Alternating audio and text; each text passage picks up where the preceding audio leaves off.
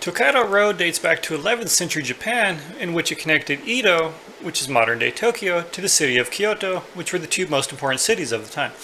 In the 17th century, people could travel this road in roughly 2 weeks on foot, or faster if they were on horseback. There were 53 stages to this road, which inspired a lot of artwork by a gentleman named Hiroshige, probably butchered that.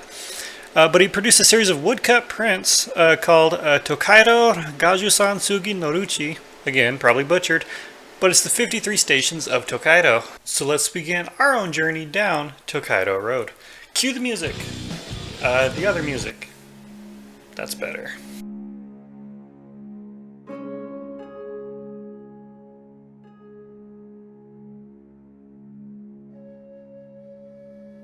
Movement in Tokaido is different than other games, as the turn order is not set. The way it moves in Tokaido is whoever is furthest back always goes next, regardless of where everyone else is at.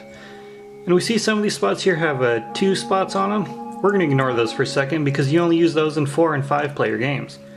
So to start us off here, yellow, being the furthest back, would go first. We'll say they stop here at the shop. We'll say green goes. They go here to find a visitor or a guest. And then blue would go, we'll say, to the painting. Now yellow, still being the furthest back, would get to go next. And they could actually stop at the temple if they wanted, resolve that. And then they could go again because they're still the furthest back. So for example, they go from here to the hot springs. And this is how all the turns will progress. There's no change to that. Now the exception is when you have a 4-player game. Line everybody back up here. Come on. Now, as I said, in 4 and 5 player games, you use the second dots on some of the spots that have them.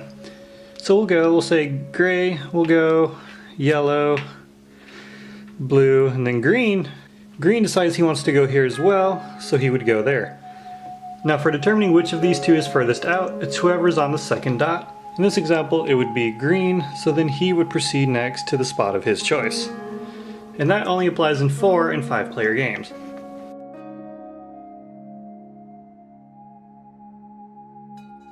So now let's discuss what all of the different spots do. Here we have shopping, this kind of black, almost top hat looking building. And what you do when you go to the shopping is you go and you pull out 4 item tiles, and you're buying these to collect points. We see they have 1, 3, 5, and 7 on the cards, and that's how many points you get for that item in the set. And each set is a different symbol. Here we have food, hand items, decoration, and there's another one that I forgot to find ahead of time, and clothing. Clothing is the 4th type. So I did a very poor job explaining item sets when I was originally recording this, but I didn't catch it till I was already in editing production. An item set is 4 items, 1 of each type. The clothing, the decoration, the hand item, and the food. That will get you 16 points if you have 1 of each. If you have 3 separate ones, that's 9. You have 2 of them, that's 4. And 1 is obviously 1. Sorry about that. So for example, if you were to buy these 3 cards for a total of 5 coin, you would get 1, 3, and 5 points immediately for a total of 9. You can also complete multiple sets throughout the course of a game, which could be worth a lot of points. Next up is the temple spot here. Every time you go to the temple, you can donate between 1 and 3 coins to your spot here, and these will be scored at the end of the game.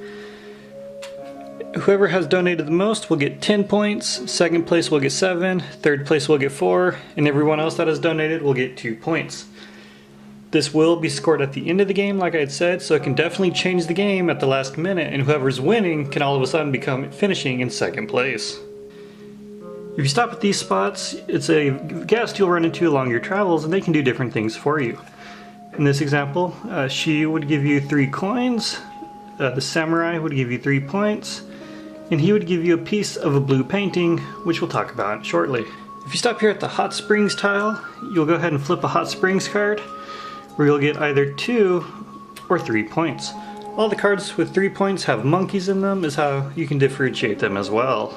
You can also go to the farm here, which a lot of people will commonly refer to as the bank as you go forward in the game, and there you will take 3 coins and add them to your collection. The last portion we have is the panoramas that you can start painting. There's the green panorama, the white panorama, and the blue panorama.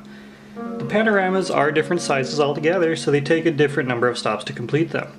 with green being the simplest one at just needing 3 pieces. Every time you stop at a green, or any of the panoramas in general, you'll take the next piece in the order. So if it's your first stop there, you'll collect the first piece and score 1 point. If you should stop there later on down the road or get a card through another means, you'll collect the next piece, which would be worth 2 points. And if you complete the green panorama, you would get 3 points immediately. Now, as I said, the panoramas are a different length. For example, we have the white one, which is actually worth 4. So if you can complete it, it's worth more points altogether because of that. And the same thing with the blue panorama, which has 5 pieces, which would be worth a total of 15 points. And the next section is the hotel. You do have to stop at each of these on the route. You cannot skip over them. And this how they work is the first person there will draw some food cards equal to the number of players plus 1. For example, we'll assume we're playing a 4-person game, and we'll draw out 5 food items. Lay them out here. Okay. So here we see we have different food items. They're all worth 6 points regardless of which food it is. But there's also a bonus at the end of the game for whoever has the most expensive meal, so that may be something to take into consideration. Because even though this one has only cost 1 coin with 6 points, this one costs 3 for 6 points, but could be viable for getting the bonus at the end. So how it would work is the first player would go, they would buy one. We'll say he's going for the bonus, so he buys that one. These 4 would be set aside for the next players as they come in. For example, blue, and then he would buy that. And so on and so forth until everybody has had a chance to buy their food. When it comes time to leave the hotel, it's just like the start of the game, with the person furthest back is always the next one to go. In this example, gray would be the first one to go, and so on and so forth.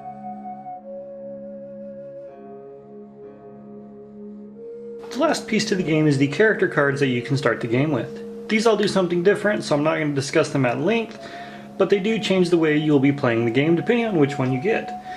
For example, if you get Kinko, you'll get a discount of 1 on every hotel food you stop and eat at. Whereas a Umagai, every time you get a guest, you would get 1 bonus point and a coin. Whereas with a Hirotara, every time you would stop at a temple, you could donate 1 extra coin for free. These can definitely change the way you'll be playing the game because you're going to want to try and maximize on their specials that comes with each character. If you're looking for a simpler version of the game, you don't want to deal with this, the easiest way to do that is just to give every player 7 coins and just go.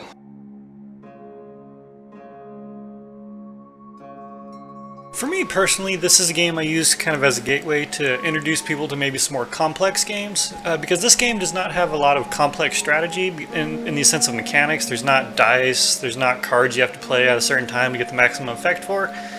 The strategy comes in how you move your person, which may hinder the next person who moves behind you.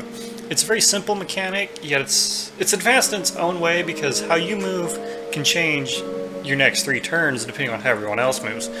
To me, it's a wonderful game. It's good strategy, like I said, without the complex mechanics, and it's something I definitely recommend, and I show to a lot of new people whenever I can.